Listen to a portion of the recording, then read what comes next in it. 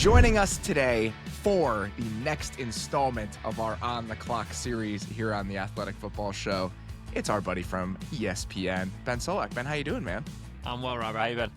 I'm doing very well. How are things going with your draft prep world over there? This is your life. This is your area. This is your sweet spot. This is where you are most comfortable is this time of year. I've officially reached the point where I watch more players I dislike than more players I like, and that's the real hard part, right? Where you're just like, all right, I tried to save some guys this year, right? I was like, oh, I've seen enough of this South Carolina defensive tackle, and I'm gonna like him. I'm gonna wait and watch him when I'm really, really a bad way.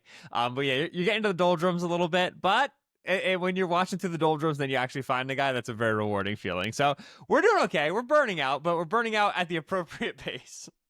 Is this draft being relatively less exciting than some previous drafts? Do you feel like that's wearing on you a little bit in the prep process? I think that's happening to some people as I look at this collective enthusiasm that we're all feeling here about 15, 16 days out. It isn't, because I think that this draft is very poor if you have a top 5-6 pick. After that, I think that it's right on the mark, right? For like how good the 43rd overall player is. I think he's about as good as in previous years. There's certainly been years where like some of the talent, right? Like, I remember the Jonathan Taylor year, whatever that was, 21, I want to say. That year felt like Everett pick 50, pick 55. You're like, oh my God, all these guys are amazing. Like there's some years where it's really talented. But to me, the only real weakness for this class is like, yeah, it kind of sucks for the blue chippers. It's not a great class to have a top 5 pick. After that, no, I think it holds its water. Picks in the 40s are really good is such a draft guy thing to say. I really appreciate you coming with that today. Dude, the strength of the running back. Yeah. Let's reset a little bit before we get into this version of the exercise. So for people who have not listened to the first 2 installments of this that we did, the first one with Jordan Reed, the second one with Danny Kelly, we did picks 1 through 6 with Jordan, and we did picks 7 through 12 with DK last week. So what we're doing here is I'm giving you 3 options per team. Today we're doing picks 13 through pick 18. So that is the Miami Dolphins through the Seattle Seahawks. The 12 picks that have been made previously by the 2 guys that were on here, just to run through them fast so we know who's off the board. Cam Ward at 1 to the Titans. Shedeur Sanders at 2 to the Browns. Travis Hunter at 3 to the Giants. Abdul Carter at 4 to the New England Patriots. Mason Graham to the Jags at 5. Will Johnson to the Raiders at 6. Armand Membu to the Jets at 7. A trade up for the Niners with the Panthers from 11 to 8 to get Will Campbell. Ted McMillan to the Saints at 9. Ashton Genty goes to Chicago at 10. Tyler Warren to the Panthers at 11. Real spicy there from DK. And then Jalen Walker, the linebacker / edge from Georgia, goes to the Dallas Cowboys at number 12. Any on there that you feel are just totally out of pocket and you're wondering what the hell Danny is doing? At first, when I saw Jalen Walker to the Cowboys, I was like, what? And then Jalen Walker and Michael Parsons on the same team together is actually extremely fun from a, like, my 11 guys in the huddle, but you don't know where I'm going to put them perspective. You can do some gnarly stuff with those 2 players together. I love Jalen Walker. I think some of the like 4 overall to the Patriots talk is rich, but he's a very likable player. How about Jordan Reed getting Will Johnson to the Raiders before Jack Jones was even cut? That's a well-sourced man, all right? Look at him go. Even with Jack Jones still being on the roster. Yeah. At this point, Jack Johnson could be a starting corner for the Las Vegas Raiders, given the current state of that room. So even before the Jack Jones news, I feel like you probably could have popped a corner on there pretty easily. Yep. That to me was like one of the most screaming needs on any roster in the entire NFL. Still is coming into this exercise. So the fact that he did that to me was not shocking. I feel like they need to address that pretty early, or they're going to be in a bad way on that side of the ball. Very good corner class at the turn, right? And round 1 beating a round 2. So Raiders to look for. I think at 37 is their second round pick. That's where it's just like, man, there's a lot of guys they could take. They should double dip. They should. One note here as we get into this. So your 3 options that I'm giving you, the one you land on, this is what you would do. This is not what you're predicting the team would do. So that's how we get the Will Johnson at 6 landing spot for Jordan, is that he liked Will Johnson. That's what he would have done in that spot. So I want people to have a little bit of freedom to pick the guys they like, go the directions they like. Don't try to put yourself into Chris Greer's head here. You do this as Ben Solak picking at 13. So just a little bit of context before we get into these. Would prefer if I made it as Ben Solak and didn't make it as Chris Greer, being honest. Let's kick this off here with the Miami Dolphins at number 13. Here are your 3 options if you are picking for the Dolphins right now. Option 1, with both Will Campbell and Armand Membu off the board. You pick Kelvin Banks as the next best offensive lineman. You may think differently about that. We can talk about it. But in this scenario, Kelvin Banks is your choice. Option 2, you picked Jedi Barron, cornerback from Texas. That feels like a need for the Dolphins right now. They also have a need at safety, given some of the guys that they've lost. Obviously, they signed Ifeanyi Ofonwu in free agency. Got Ashton Davis. Don't think either of those guys are preventing them from drafting a safety in the first round if they want to. You have your pick of the safeties. Whichever safety you prefer in this spot, you can pick if you are as someone drafting for the Dolphins. So, Kelvin Banks, Jedi Barron, or the safety of your choice, which direction are you going for the Miami Dolphins here? I would go Kelvin Banks, I think. I think that you've seen enough poor offensive line play in this Mike McDaniel offense, and I think that seat's starting to get a little bit warm there where you realize, okay, if we can get an immediate floor raiser and ceiling raiser by getting a guy who can be a quality left tackle for us for many games, for ideally most of the games of the NFL season. I think you know how impactful that's going to be, especially with the departures elsewhere on the line that they've had, right? Like right now, the interior is looking like Liam Eichenberg is going to play again, right? They added James Daniels to hopefully take one of the guard spots, but he's got to stay healthy. Like, they've had their departures on the interior, and so you adding talent everywhere starts to become more important along that offensive line. I'm not a Barron guy. I think Barron is a full-time nickel in the NFL, and so to me, that's not a player that I'm going for in the top round 1. And then is there a corner that you would consider in that range if you were thinking about a corner in the top half of the first round? So yeah, I like Will Johnson, and then like I said, I'm not a Barron guy. And then after that, I think most of the corners are more sort of end of the round 1 guys. And again, like it's a very dense group there. Savon Ravel, the corner out of East Carolina, is coming off the injury. I like Azarie Thomas out of Florida State. You have Harrison, the Kentucky kid who can fly. Like, there's a lot of good guys, but to me, again, those are like 20s dudes. And it's the same thing with Malachi Starks. I find him a very likable player, but I find him to be I expect him to be a solid starter in the NFL, which is just, if I'm at 13, feels like I'm going too far for a more non-premium position like safety is. If you let me, kick back 10 picks, then yeah, I think Malachi Starks starts to become a lot more viable. Worry, yes or no? Yeah, but I think Amenwar is a year away, and I think that if obviously McDaniel's not the one calling the shots in the room. I don't think McDaniel can be really messing around with the year away sorts of guys. And even for the Dolphins' sake, right? You have the 1-year deal on Ifeanyi Ofonwu, the 1-year deal on Ashton Davis. So if you go and you add Amenwar, okay, you can maybe hold the spot with 1 year with one of those guys, and then he steps in. I think it works. But I just don't think you're getting as much impact as you'd like to for a pick again, top half of the first round.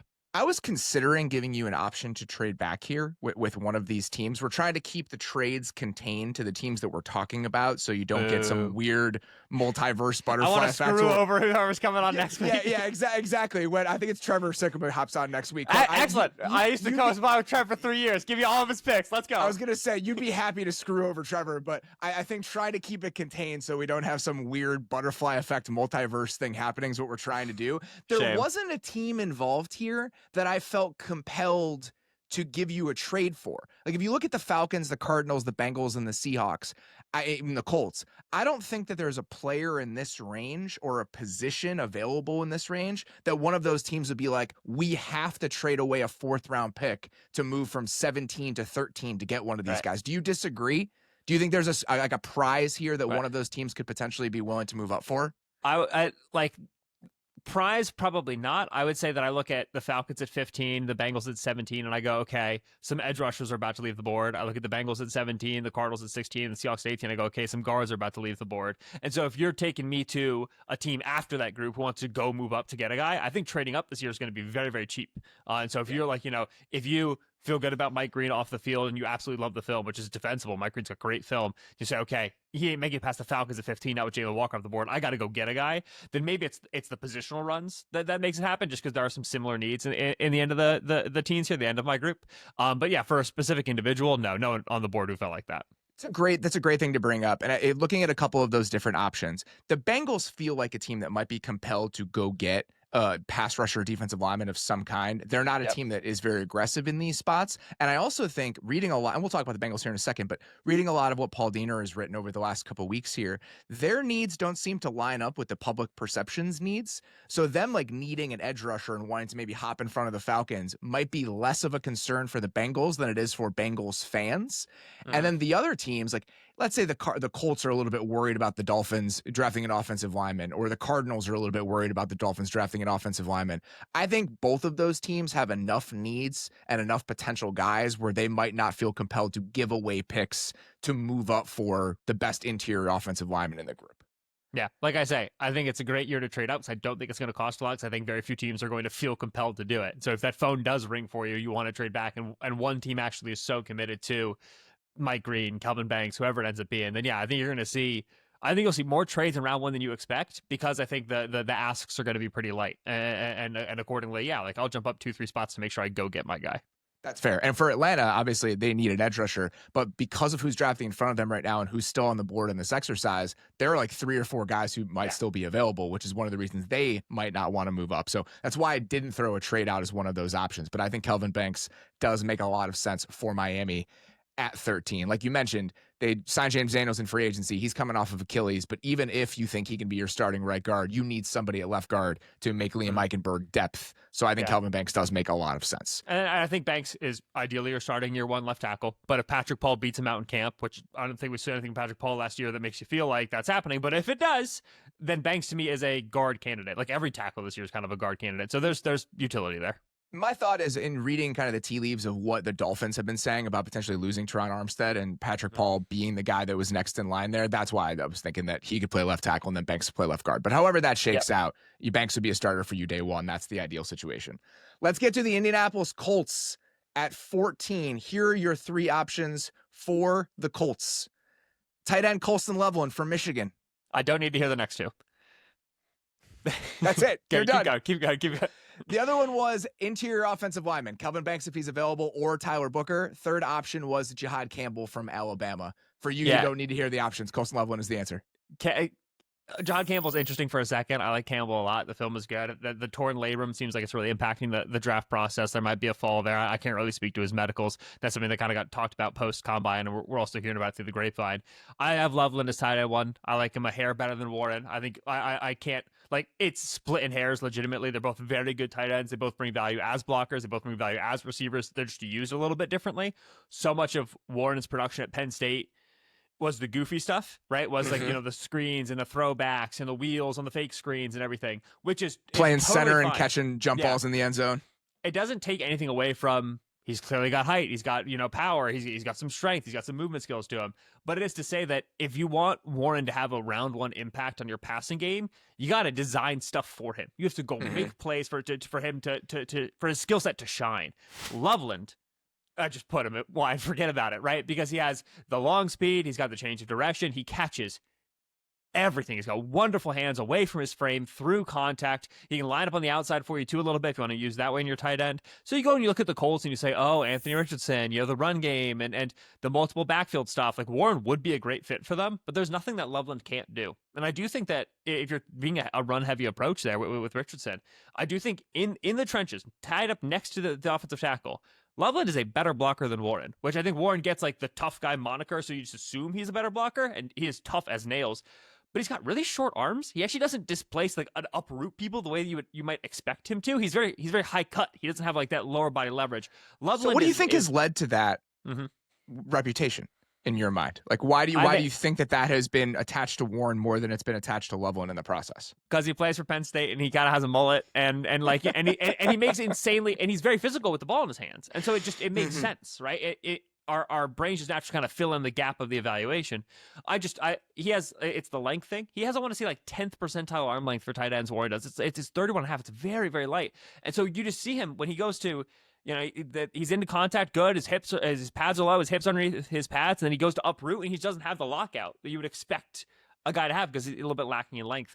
All this to say that Loveland, who's a little bit linear and thinner, and just like he's not going to 260 pounds roll people off the line of scrimmage. He's a Michigan tight end, right? To fall into the new stereotype now, and he absolutely he understands how to get into his blocks. He knows how to seal guys off. He knows how to kind of steal an extra half second with a hold. Like he gets the job done. And so to me, like Loveland would fit very nicely with what the Colts need a tight end. So that was my next question here. You like Loveland as a prospect. How does it fit with what the Colts already have? So now your pass catching group here, if you draft a tight end at 14, you've got a really good tight end, hopefully. You've got Michael Pittman. You've got Josh Downs. You got A.D. Mitchell you drafted in the second round last year. You have Alec Pierce. the quarterback, we have absolutely no idea how this is going to go, but you probably feel pretty good about the Colts pass catching options if Colson Loveland turned into the player that you want him to be at 14. Yeah. And I do think that one of the issues that the Colts ran into last season was they looked at Pittman, they looked at Downs, they looked at Pierce. They said, okay, obviously Pierce plays way deep down the field for us, but he's kind of this 50-50 guy, this jump ball guy. And, Pittman, we more so use underneath. Downs can play downfield a little bit, but he's smaller. We use him in the slot. Let's get AD Mitchell and let's have some real, speed, some field stretching ability to hit some big plays. And then Mitchell it never crystallized with Richardson at quarterback. The chemistry was never great. Mitchell's made his mental errors, and Richardson had his accuracy issues, and it was no good. In Loveland, I'm introducing a player who, from the slot, from the seam, can put a lot of vertical stress on you right away. Loveland eats up ground off the line of scrimmage. He's got big strides, and he goes. And so this is not like a traditional field stretching, thought. But if you're thinking about that play action heavy approach and that ability to sucker some linebackers down and then get your one-on-one opportunities down the field, I like Loveland in that sort of a role because of how quickly he gets downfield. He's so good catching above the rim. He's awesome catching the ball when it's above his face mask. And so I like verticality with Loveland. He's good on the breaking stuff and he's good yards after the catch, but I do like the ability to get him moving up the seam in this exact offense. How do I feel about the Colts offensive line as it currently stands? Because I don't think there's been a lot of national conversation about this after losing 2 starters that got paid a hefty amount of money in free agency and now banking on 3rd and 4th round picks from last year to just step in and try to hit the ground running so you can maintain what sort of rushing offense you want to be. I'll tell you, the Tanner Bortolini film, I promise it's his real name. People don't think it's right. Tanner Bortolini, I love him. The film last year was good. For rookie center, the film last year was good. I understand why they have the amount of faith in him that they do. Matt Goncalves is a little bit more of the question. He, if memory serves, had to play a majority of his snaps at tackle last season, moving him now into the guard spot. I think that's a little bit more of your question mark. You have Danny Pinter there, who's been good depth for you over his time. And the Colts have historically drafted pretty good along the offensive line under Ballard. I don't mind keeping the faith where the faith is right now in their ability to draft and develop along the offensive line. Especially, like I said, Bortolini, I think, is going to pretty quickly step in and be a good starting center for them. Maybe not what Ryan Kelly was at his peak, but still enough. And so I have really more so one major question at guard. I think guard is one of those spots that it's, as the Colts can have evidence, looking at how they're approaching it, you can fill that in round 2, you can fill that in round 3, right? Impactful pass catching tight end. It usually can't find those anywhere, right? You draft in round 1 and you miss, but if you're gonna go do it, I think round 1 is the spot with Loveland. So Jihad Campbell being tempting for you here, is that more about Jihad Campbell the player or how Jihad Campbell fits with the Colts' current situation on defense and their specific needs right now? Jihad Campbell the player. I think he's a very good stack linebacker. And the fact that he can line up on the edge and did that in his college career at times and is good at it is cool, right? Like Lou Anarumo will like that. That will be handy. But if you took that information out of my head, and I didn't even know that he had the edge background, he could do it, and you just showed me a stack linebacker play, like off-ball linebacker, I'd be like, yeah, that's a round 1 linebacker. The size, the movement skills, he gets more comfortable as the year goes on, playing with routes behind him and getting into throwing lanes. He's very handy, hawking down those mobile quarterbacks sideline to sideline, which is a big deal now for your modern linebackers. So to me, yeah, I like Campbell a lot. He's one of the guys that's hardest to find a landing spot for right now, just because off-ball linebacker in round 1, there's going to be some teams who's it's a straight no. And then, like I said, he's got the labrum, and that I think is going to take him off some other boards as well for the medicals. So it is tricky to find a home for him. The Colts haven't needed off-ball linebacker coming into the draft for the first time in, I don't know, 10 years. They've been cycling draft picks, yeah. It's been a very long time since that has been a clear need heading into the draft, because you had that moment where it was Darius Leonard, and who was playing next to Darius Leonard at that point? Bobby Okereke went to the Giants. That's right. So it was Darius Leonard and Bobby Okereke, and then it was Bobby Okereke and Zaire Franklin, and then it was Zaire Franklin and EJ Speed, and now EJ Speed is gone. So now it's the first time that it's like, all right, we actually probably need to find one somewhere along the way here, which is not a conversation we have typically been having about the Colts. But I think that's another reason why Jihad Campbell is at least a little bit interesting for that team, because they do have a need at that spot. Yep, I will say, in classic Colts fashion, they do have a guy in the building they like, Sega Alobi. All right, they got another one. He's coming up. Here we go. The Atlanta Falcons, the way that this is set up here, if you're Atlanta, you got to feel pretty good if you like any of these edge rushers, because the only 2 guys who I guess you could say are edge rushers that are off the board right now are Abdul Carter and Jalen Walker. That's it. Every single edge, like true defensive end, is still available in this draft other than Abdul Carter. So that's option 1. Pick any of the edge rushers, whichever one you like. Is it Shamar Stewart? Is it Miko Williams? Is it Mike Green? I don't know. You get to choose. Option 2, whoever the top safety is. Do you want a safety? Whatever one you want, he is available to you here. You can do that. Option 3, I'm going to scrap this one because I know you don't like Jahdae Barron. Wild card. Defensive wild card. Any other defensive player? Is it a defensive tackle? Is it something I'm not thinking about right now? So, edge rusher, the top safety available, or defensive wild card, anybody that has piqued your interest in that spot. What are you doing? So first, I don't think Falcons fans can ever feel pretty good. And I think they have a ceiling on how good they can ever feel. I think especially when it comes to edge rushers and finding one. Yes, and the NFL drafted the first round of it, and the plans there. I think the ceiling is below pretty in terms of how good Falcons fans can feel.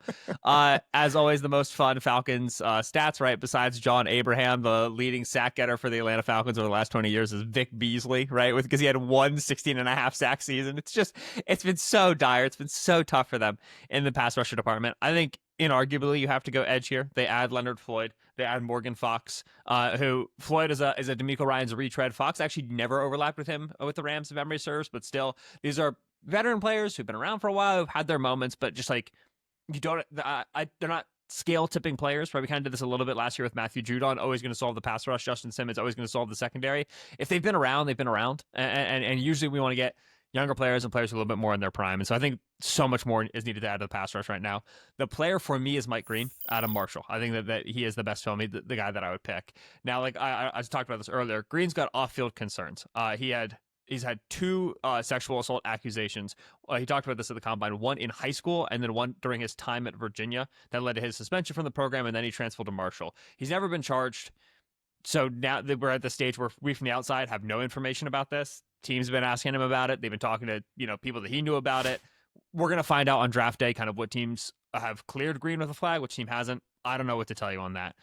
The film on Green is, like he led the FBS in sacks at Marshall. He dominated when he played a high caliber competition. They had Ohio State and Virginia Tech. He was highly impactful in both of those games. Motor's extremely hot. The play style is what you expect of a double-digit sack rusher in the NFL in terms of the bend and the high side rushes. Uses the hand to get around that outside corner, can flatten the quarterback. Highly bursty player, very explosive. So he can be off the line of scrimmage, and then he can get to that passer and get him down before the quarterback's able to change his location. He came in weirdly, again, short arms at the NFL Combine, and so I was like, oh, this is like a Danielle Hunter sort of player, Brian Burns sort of player. And then he has like 31-inch arms. Like, okay, wait a minute. Like, maybe he's never going to, kind of generate that long arm, that speed of power. What was the remeasure of the arms after the Combine? Did we get any better? That's very true. Yeah. We can't trust any more NFL Combine arm lengths because the scout doing it was having a bad day and just wanted everybody to be stubby. I'm wondering what it was. 32 and 3/8 at his pro day. Much more palatable for Mike Green. It's a very good point. Just wanted to bring it up. I feel like something we have to recheck every single time when we're talking about these guys. So when you mentioned Leonard Floyd before, you meant Raheem Morris. So he was with Raheem Morris in LA. So that's the connection there. So as you look at, I'm curious about what you think of Shamar Stewart and Mykel Williams, even if you like Mike Green more. Shamar Stewart is obviously a divisive kind of prospect and conversation right now with all of the tools, none of the production. And Mykel Williams feels like a diet version of that a little bit, was more productive than Shamar Stewart, but still feel like there's some questions. Even if you like Mike Green better than those two guys, where do they stack for you in terms of where you would draft them if you were another team in this range? So Mike Green right now is my 10th overall player in the draft. I have Mykel Williams at 12 and I have Shamar Stewart at 15. Gotcha. So all in the same general range. Yeah. I love that we're doing this with Stewart more so, and we're doing it with Mykel a little bit, as if we just haven't done the draft before ever, where we're like, man, this guy was not productive, yet he's highly athletic. What could be the case? And you watch the film, you're like, oh, because he doesn't get to play the rush the passer position. This was less a thing. I think this was less a thing like 10, 15 years ago, and that's why we're still getting it into the conversation come draft year every single season. But I line up at edge, I play the C gap, and then I rush the passer roll, which in the NFL, every single team has usually 2 guys doing that. Very rarely we see only just one guy doing that. There are many, many, many, many college defenses who have 0 guys doing that on a snap because of the field, the different sides of the field, where the hashes are, because of the amount of RPO, the amount of quarterback run. Defensive structure and the college ranks has changed very, very much so in the front, such that you have fronts like Texas this year and like Georgia's for years now. I remember talking about Trayvon Walker, right? For years now, where the guy plays a role for 70% of his snaps. that is just not analogous, not only to what he'll do in the NFL, to anything he'll see in the NFL. He'll never do it, short of Brandon Staley and even Mike McDonald comes up from the college ranks. Oh, Jesse Minter comes up from the college ranks. They don't run these four eyes the way that they do in college because you don't need to do in the NFL. It's not useful. And so, how can we draft Shamar Stewart in round 1? Because what he did in college is just not representative of what we're going to ask him to do in the NFL. So you have to fall back on traits. And traits on Shamar Stewart and Michael Williams are both 99th percentile, breaking the graft, highly explosive, long, and big dudes. And so I like both of them, and I get it for both of them. If you're looking at the rest of the needs for Atlanta, how close do you think safety and corner get to edge rusher? Are they in the same stratosphere, or do you think that edge rusher is in its own tier by a lot? Yeah. Safety, I feel okay-ish because Jesse Bates is so good, and obviously that strong safety spot is not great, but it's strong safety is one of those spots that you can cheese decently well at the NFL level, get a guy in the box, kind of minimize his role. I think that, good offenses will pick on you, obviously, but you can kind of work around the margins there. Corner is such a huge need, but it's just how long edge rusher has sucked that it feels like it can't. If this were the same way. If I didn't know it was the Falcons, I'd be like, oh, edge and corner for sure. But put the team name on it, I'm like, oh, it's got to be edge, right? Because of how long they've suffered at this position. Bringing Mike Hughes back was an interesting choice for the depth at corner spot. I was a big Clark Phillips guy coming out. I think he looks good when he plays, but they play him on the outside and he's short, and they won't let him in the nickel spot because they have Mike Hughes, and so I don't understand what the plan is for the opposite corner, AJ Terrell. If you wanted to take a guy here, I think it's defensible, but I like the edges at 15 way more than I like the corners.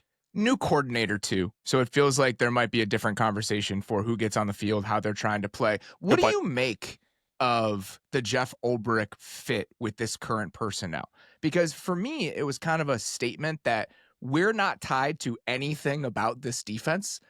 Going from Raheem Morris and going from what the Rams had looked like over the last few years to Jeff Ulbrich, who was a dyed-in-the-wool 4-3 guy, it feels like that is a signal that we didn't feel like anything here was not worth scrapping and starting over with the best possible coordinator. So what do you make of this personnel filtered through that schematic lens now that Ulbrich is there?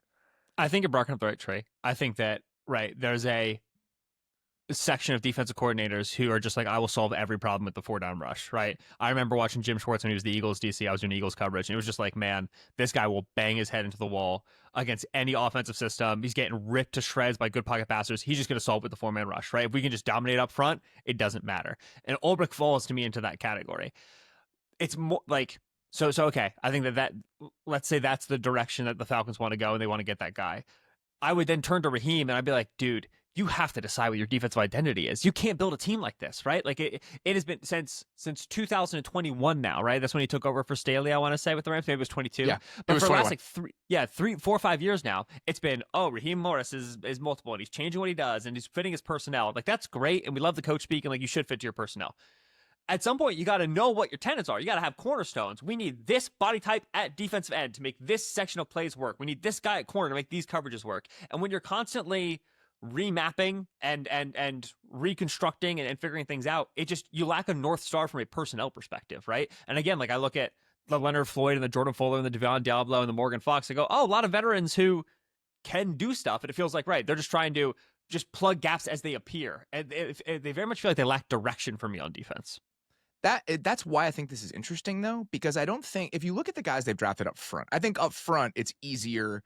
In the back end, it's easier to kind of stray in different directions because I think those players are probably a little bit more malleable than they are up front when it comes to body types. And if you look at the body types up front, the guys that really would pigeonhole you into playing a certain way were drafted by previous regimes. So Arnold Ebiketie is drafted in 2022 when I think Dean Pease was there. That's a very different sort of defense than when Zach Harrison was drafted in the 3rd round when Ryan Nielsen was there. But other than that, you kind of got some interior players they drafted last year, and then Leonard Floyd is now your biggest investment among your edge players and your pass rushers. So it does feel like because they haven't committed to any sort of approach on that side, they can kind of start over if they want to. And that's a little bit what this feels like to me. So that's why you can just drop in whatever edge rusher you want because you haven't chosen a direction. So let's say it's the Jeff Ulbrich defense, man. We're living in the 4-down front. We're going to rush the passer. It would take 3 draft picks in the first 3 rounds for me to get excited about this defensive line in that system. That's the issue, right? Is it when you're always changing and taking U-turns and refiguring out your approach every year? I'm like, okay, you're multiple pieces away. Because I just if you get 2 good pass rushers on this defensive line, I still think I can eliminate those, and you can't punish me with the other 2.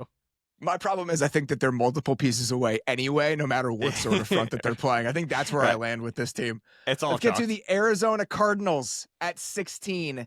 Here are your 3 options for the Arizona Cardinals. 1, your top offensive lineman available. I think you lean interior offensive lineman here, but if you want to get a little bit wonky, if you like Josh Simmons, for example, Jonah Williams, I think, is going to be a free agent after this season. That's available to you. I'm giving you a little bit of wiggle room there. Number 2, any defensive player that you want.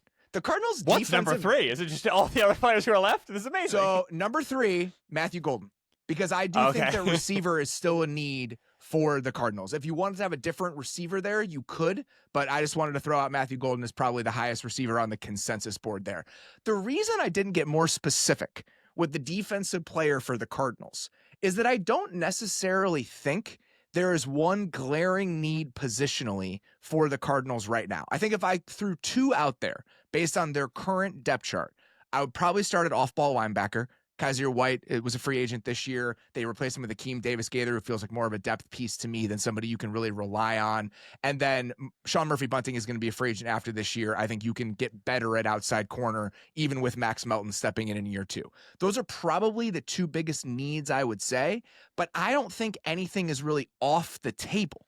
Even with the Josh Sweat signing, even going out and getting Calais Campbell and Dalvin Tomlinson, obviously both of those guys are a little bit older. I think you could justify an interior defensive lineman.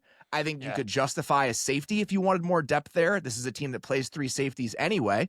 You could justify an outside corner, and I think you could still justify an edge rusher. So that's why I didn't get more specific about it, because I think anything is available to them right now.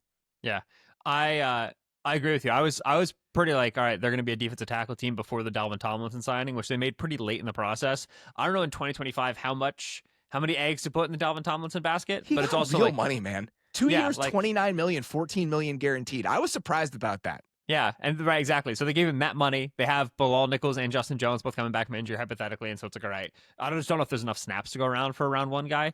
I'm inclined to take Jahad Campbell here. You brought up Kaiser White being an upcoming free agent. I think when they've suffered at the linebacker spot, they've suffered for size. Between Mac Wilson and Kaiser White, they've struggled for strength and losing at the point of attack. I think that's an issue that Jahad Campbell can solve for you because of the way that he's built. Talked about him earlier. The labor room is an issue. I don't know if teams are going to have him here. Mel Kiper has said multiple times now he might fall all the way out of round 1. So the range is really, really wide, but you can get a year 1 use out of him, even when you have Kaiser and Max still both on the roster, because he can give you some pass rush package stuff. We know that Jonathan This team Gannon specifically, I think that matters, right? They're going to do a lot of wonky stuff and use him. Yeah.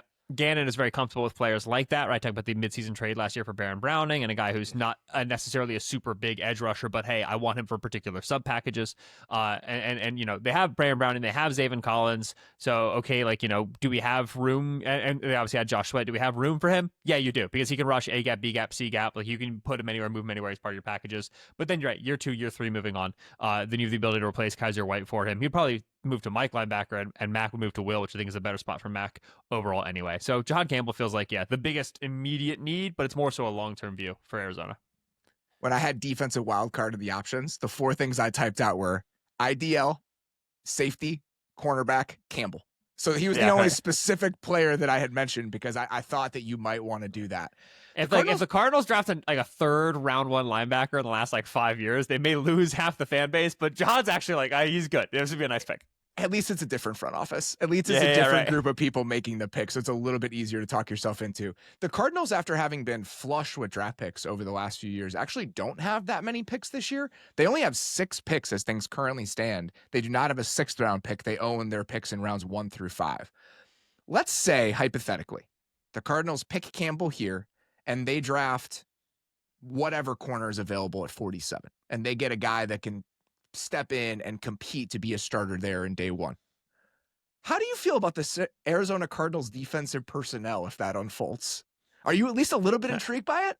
So my rule on defense is always this, right? There's the regular season and there's the postseason. And the regular season, if you have 11 good players and you got a good schemer and you can throw a lot of different pitches and you'll adjust to your opponent, right? Like the Cardinals, this way against the Dolphins, then this way against the Ravens. Like it's all fine and dandy. It's all great. I think this defense could be quite solid when we play regular season football. The moment you hit postseason football, I start looking for stars. I start looking for game wreckers, game takeover players, because postseason football, the opposing offense is going to find your 11th best player and hammer him. And there's nothing you can do about it. No defense with 11 great players. Doesn't exist. So now I need guys who can make up the math difference for me and be that impactful of guys. Right now on this team, I would say it's Josh Sweat. And Sweat to me does not rise to that level of like, oh, I'm scared during postseason football. So this would be a sort of defense where I would say, we love it. We're talking about it in week 7. Makes for a nice week 10 column, right? What are the Cardinals up to on defense? Whoa. Like, it's good regular season fodder. But this, to me, does not look like a defense that would be ready for postseason football, which obviously, like, no one's talking about the Cardinals as winning the Super Bowl. But hey, like, it's been a couple years now for Gannon and Austin for it. Like, the plan, the time is the time. Like, we got dudes now that you've turned over a lot of this roster. It's time for there to be some, postseason proof in the pudding, as it were. And so, yeah, they're a good regular season defense. I'd be worried about the postseason. I think that's totally fair. I think your hope is that you get serious jumps from Darius Robertson and Mac Melton in year 2. Oh, and Buddha. I should have said Buddha for. I figured you would include Buddha in there as well. But I think that's what you're betting on, because they've, for the most part, used a lot of their high-end draft picks on offense to, I would say, varying degrees of success. Right? Yep. Drafting Paris Johnson and Marvin Harrison in the top 10. Like, they're guys that you can rely on, but aren't super needle movers on that side. They've waited a little bit on defense. So again, you really need that 2024 draft class to show up in a big way. Darius Robinson obviously didn't play much last year. So that would be a pretty big boon to what you're talking about. But it's not as clear the pathways for finding those stars on defense as it might be on offense for this Max team. Melton, nice little rookie year, though, I'll tell you that. I don't think it's needle moving yet, but Max Melton had some plays. He's fun to watch.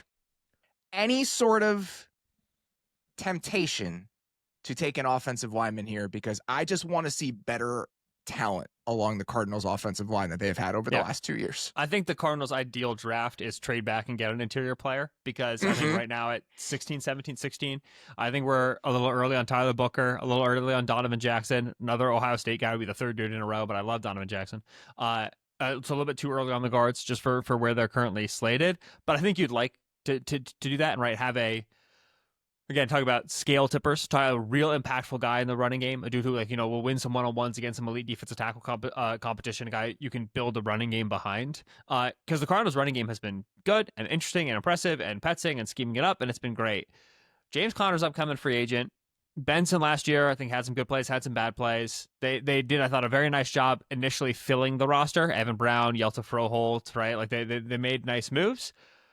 There's some worlds where, like, very quickly, this running game just, loses its fastball, right? Connor's super banged up, and, like, the league's kind of wise on what the schemes are and how they use Kyler. And then all of a sudden, like, again, like, you just don't have a dude on this line who's, we run behind Trent Williams, period, right? Like, he's just this for us. Like, they don't have that caliber of player. Tight end, same thing, they don't have that caliber of guy. And so, yeah, I would not mind an investment early in the offensive line with a focus on the running game. I just think 16 is a little too rich.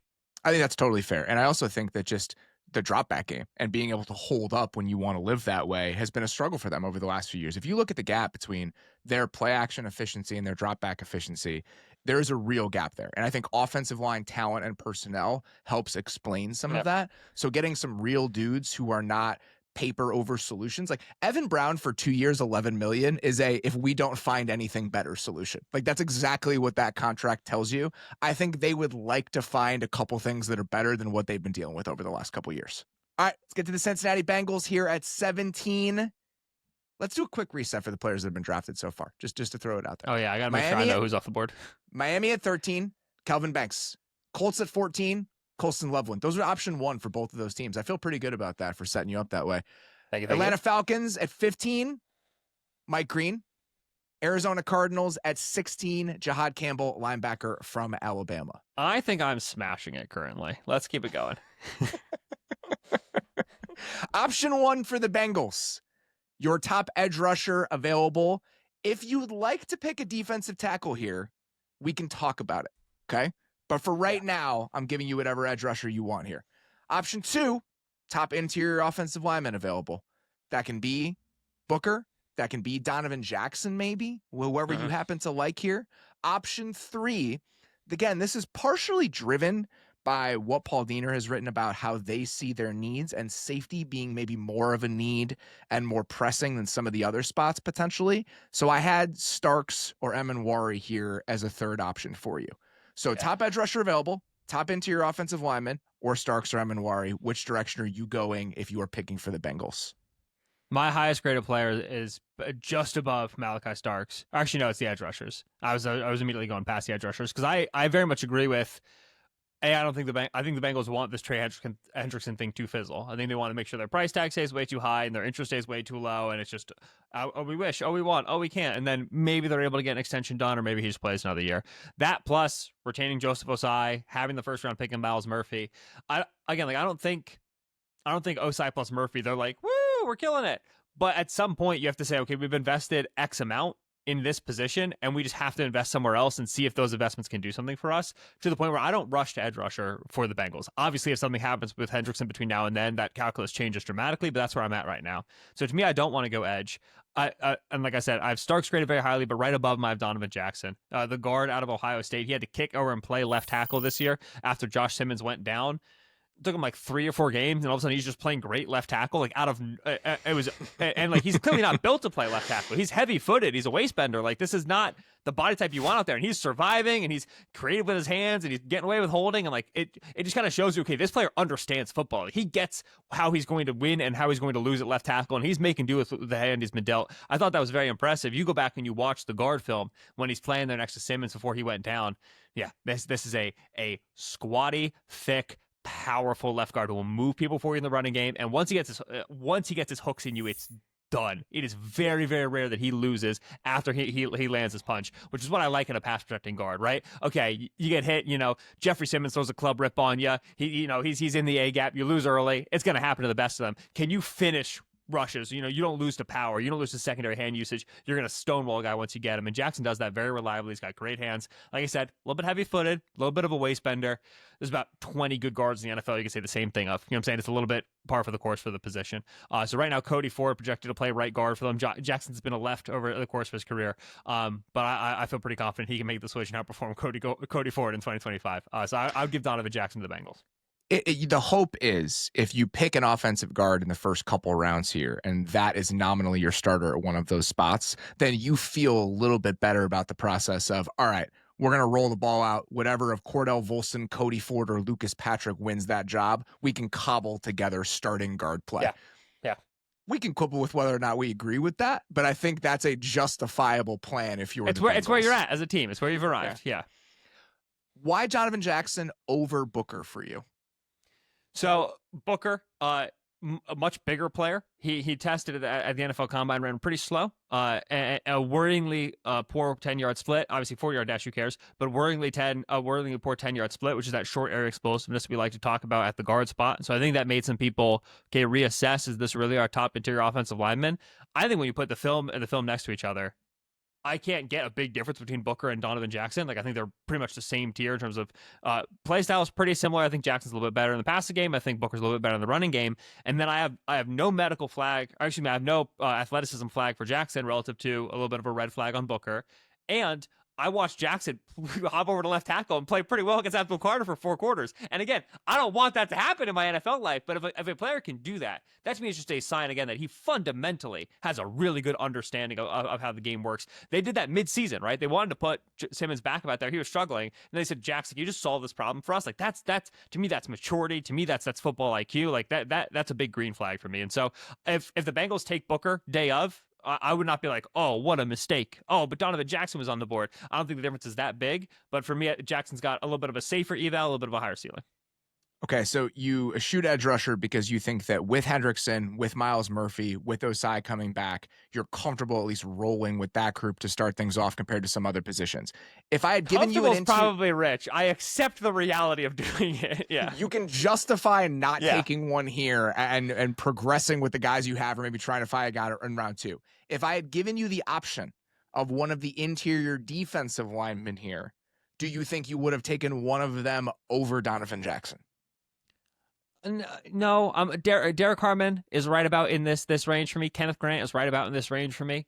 Grant, I wouldn't say makes a ton of sense just because he's really heavily in the run defending type. Obviously, that was a big problem for them this year, but I would hope that when the Bengals add to their defensive tackle room, they look for a little bit more pass rush juice. And I think Especially Harmon after going to get Slayton in free agency. I mean, the one exactly. skill set you're missing. And again, I think they're banking on Jenkins and McKinley Jackson getting more from them this year than they got last year. I think there's a lot of just relying on progress from some of your in-house draftees in a new scheme with the new defensive coordinator. We'll see how much of that is warranted and how much of that optimism is warranted. But it does feel like there's a decent amount of that coming out of the spin the Bengals are trying to put on their free agency period.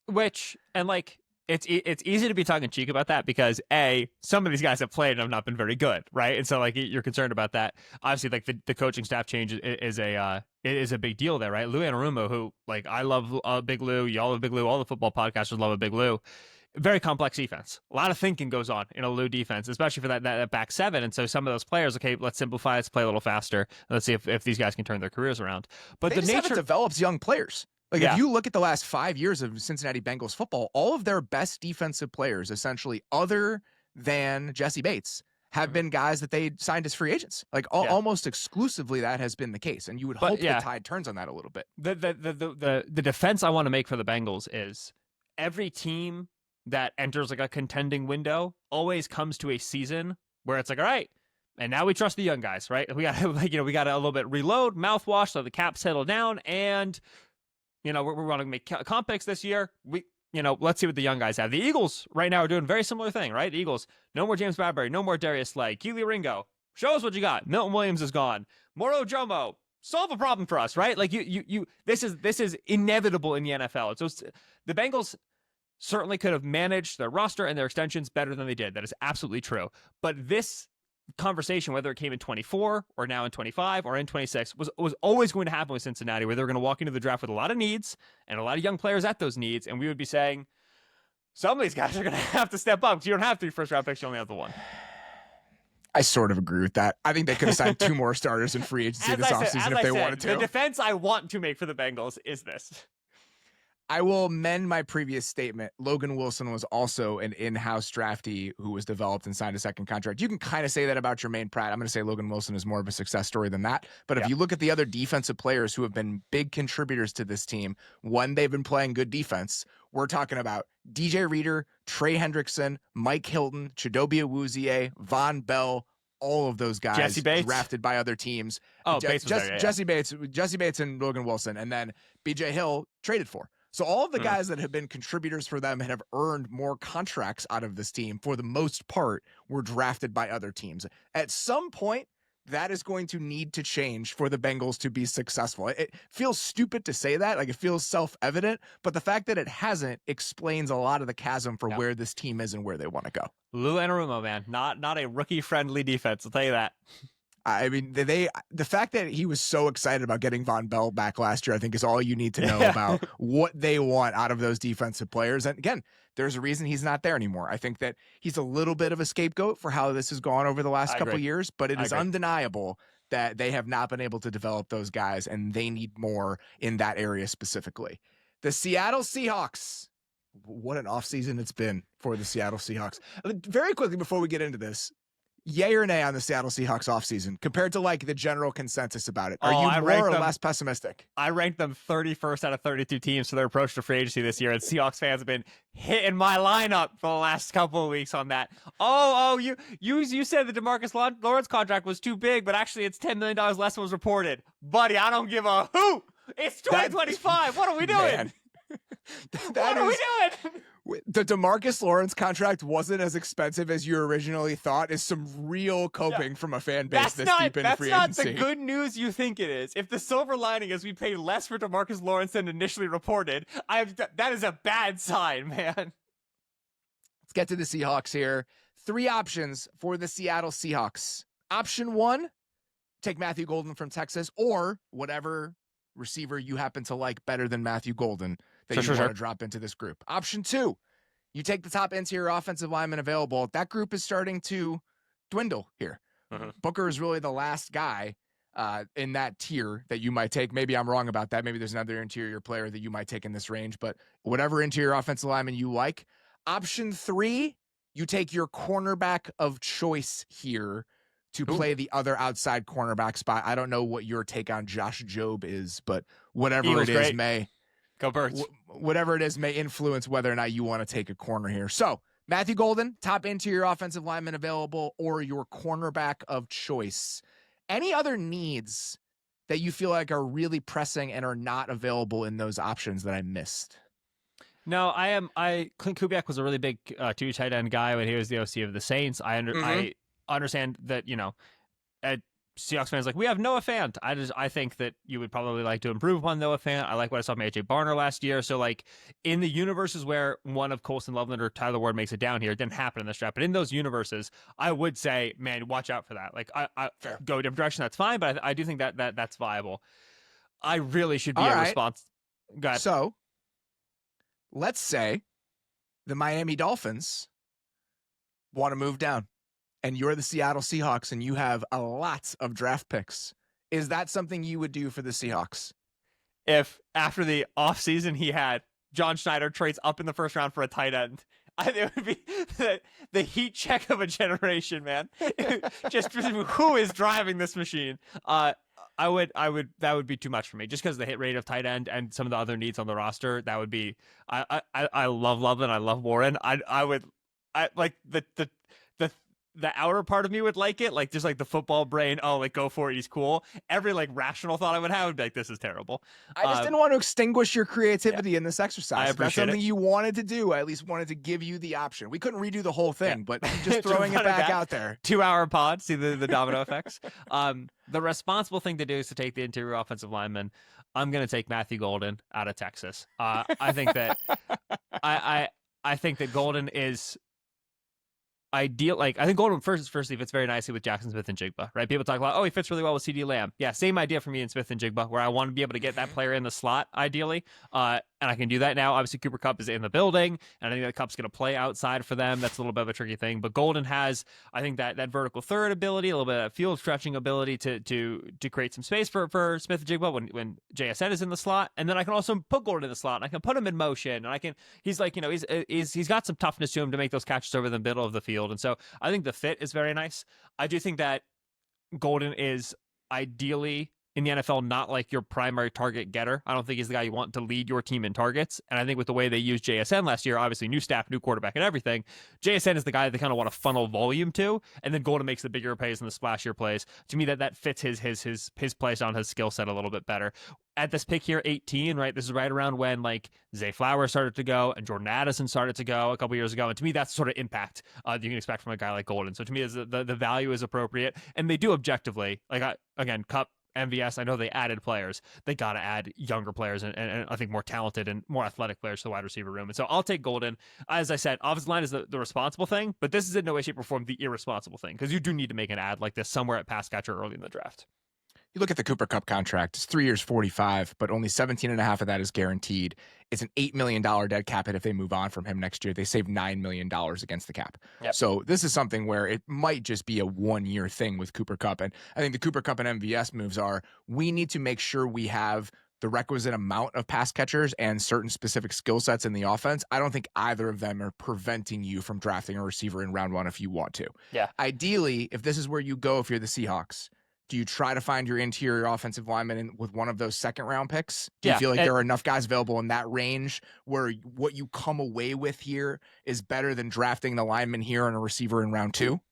Yes, I do. I think that interior offensive line is kind of the most classic spot where I feel like, all right, I have the ability to go and get guys outside of round 1 and feel like I can find impactful starters, right? I think that both the Georgia kids, Tate Ratledge and Jared Wilson, are players you can look at. Those are, I think, probably a little bit more round 3 guys. But if you're talking about them round 2, I don't hate either one of those. Marcus Bow, who's the guard out of Purdue. He's a tackle prospect, probably going to play guard at the NFL level. I think that's like a pretty classic Seahawk in terms of that big boxy frame, right? That wider guard sort of a style. Mm-hmm. So there are dudes. You think that changes a little bit with the new coaching staff? It should. My confidence in the Seahawks front office, if I've made it clear so far in this podcast. My confidence in them doing some of the logical things has waned dramatically over the last couple of years, especially when it comes to the offensive line. And so, yeah, like I could very much see them going for the smaller guy, the shifter guy. That's more your Ratledge and your Wilson, the Georgia kids, if you're talking the interior. Any needs on defense that you feel like we're not talking or thinking enough about when it comes to the Seattle Seahawks? Mm-hmm. So the second linebacker spot next to Ernest Jones is a spot that's been talked about, and obviously Jones had health problems, and so maybe it's the first linebacker spot. I get why they like Tyrese Knight. He played a lot of ball for them in his rookie season, walked out there, was clearly drowning when he first had to play out there. Then Ernest Jones gets traded, but Ernest Jones gets traded for, right? And all of a sudden, Ernest kind of calms everybody down. He's the veteran in the room. And you saw the light bulb for Knight every single week. Just a couple fewer mental mistakes, a couple quicker plays. Like, all right, like I'm getting what he's figuring out right now. You can see that happening live. So I understand why they feel good about him. I think that you probably don't mind making another, right? He was a round 4 pick, another round 3, round 4 pick at linebacker in case Jones goes down, in case Knight takes a step back. So that's there. And then, yeah, like outside corner 2 is a legitimate need. Josh Jobe, who has, like, I said Eagles great, but still, this has been like a career special teamer. They have him and Shamar. I can't remember his name, but they have a free agent who they added as well. It's kind of just like, depth guys. So yeah, like a corner in round 1. Shamar Jean-Charles. Thank you. Yes. I wouldn't mind a corner in round 1. Said it now 4 times. I'm going to say it again. Not for me at 18, much more for me at 28 with the way this class is built. So let's say, who's picking 28th in this draft? The Vikings. This is a very good candidate for this. Let's say it's 27. It's the Baltimore Ravens. Okay. And you are John Schneider, and you have, as somebody with 1 million picks in this draft, you're picking at 50, but you also have 92. Okay. How you feeling about moving up from 50 to 27 and giving 92 to the Ravens in order to get your corner there? Moving up 23 picks into the first round is once again an unbelievable heat check from Schneider. I like how we're just making Schneider more and more unhinged in his approach.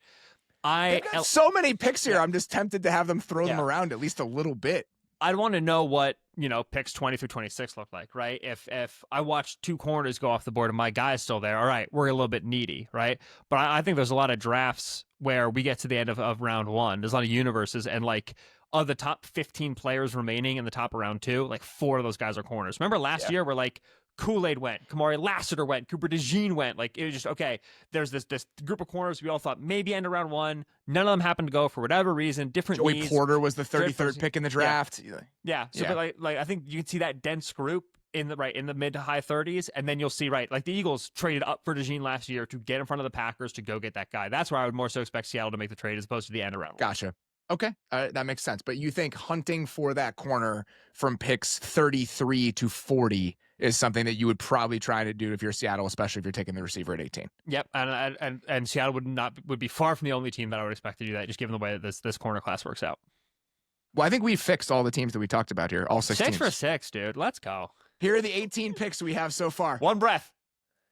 At 1, Cam Ward to the Titans. At 2, Shedeur Sanders to the Browns. At 3, Travis Hunter to the Giants. At 4, Abdul Carter to the Patriots. At 5, Mason Graham to the Jags. At 6, Will Johnson to the Raiders. At 7, Armand Membu to the Jets. At 8, in a trade with the Panthers, the Niners go up for Will Campbell from LSU. At 9, the Saints pick Tech McMillan from Arizona. At 10, Ashton Genty to the Bears. At 11, the Panthers pick Tyler Warren from Penn State. 12, Jalen Walker goes to the Cowboys. 13, these are your picks now, Kelvin Banks goes to the Miami Dolphins. At 14, Colston Loveland, tight end from Michigan, goes to the Colts. At 15, Mike Green, edge from Marshall, goes to Atlanta. At 16, the Cardinals take Jahad Campbell from Alabama. At 17, the Bengals take Donovan Jackson from Ohio State. And at 18, the Seattle Seahawks get Matthew Golden from Texas. You feel pretty good about that? Yeah, Donovan Jackson's going to be the eyebrow raiser, but he's one of my guys. And I get to make the call for the Bengals, and thank goodness for the Bengals, because that's a good guard right there. All right. That's all we got. Benjamin, tell people where they can check out what you're doing these days. Yep. ESPN NFL, so ESPN.com is where all my draft writing will be. Mina Kimes show featuring Lenny doing the pod. I'll be on the live, the YouTube draft show for ESPN day 1 and day 2. So if you're turning on the TV and you're finding Mel, that's not me. You got to go on the internet, go to the YouTube, and then that's where I'll be. All right. Appreciate it, buddy. Always good to do this stuff. Thank you, Robert. Talk to you soon. All right, guys, that's all we got. Appreciate you listening. Thank you to Ben for his time. We will be back tomorrow with Dane Brugler and Derek Klassen. We're doing the most polarizing, divisive, you name your adjective, players in the 2025 draft class. We're going to talk about 10 to 12 guys that maybe Dane's a little bit higher on the consensus, that maybe he's gone back and forth about. We're going to pick his brain about that stuff. Like I mentioned, Dane is going to be with us twice a week all the way up through the draft, and that does not include the multiple live draft shows we were doing on nights 1 and night 2. So please be on the lookout for those. For now, that's all we got. Appreciate you guys listening. We'll talk to you very soon. Thanks for watching The Athletic Football Show. Subscribe to the channel to keep up with us. Like and comment on this video, and we'll see you next time.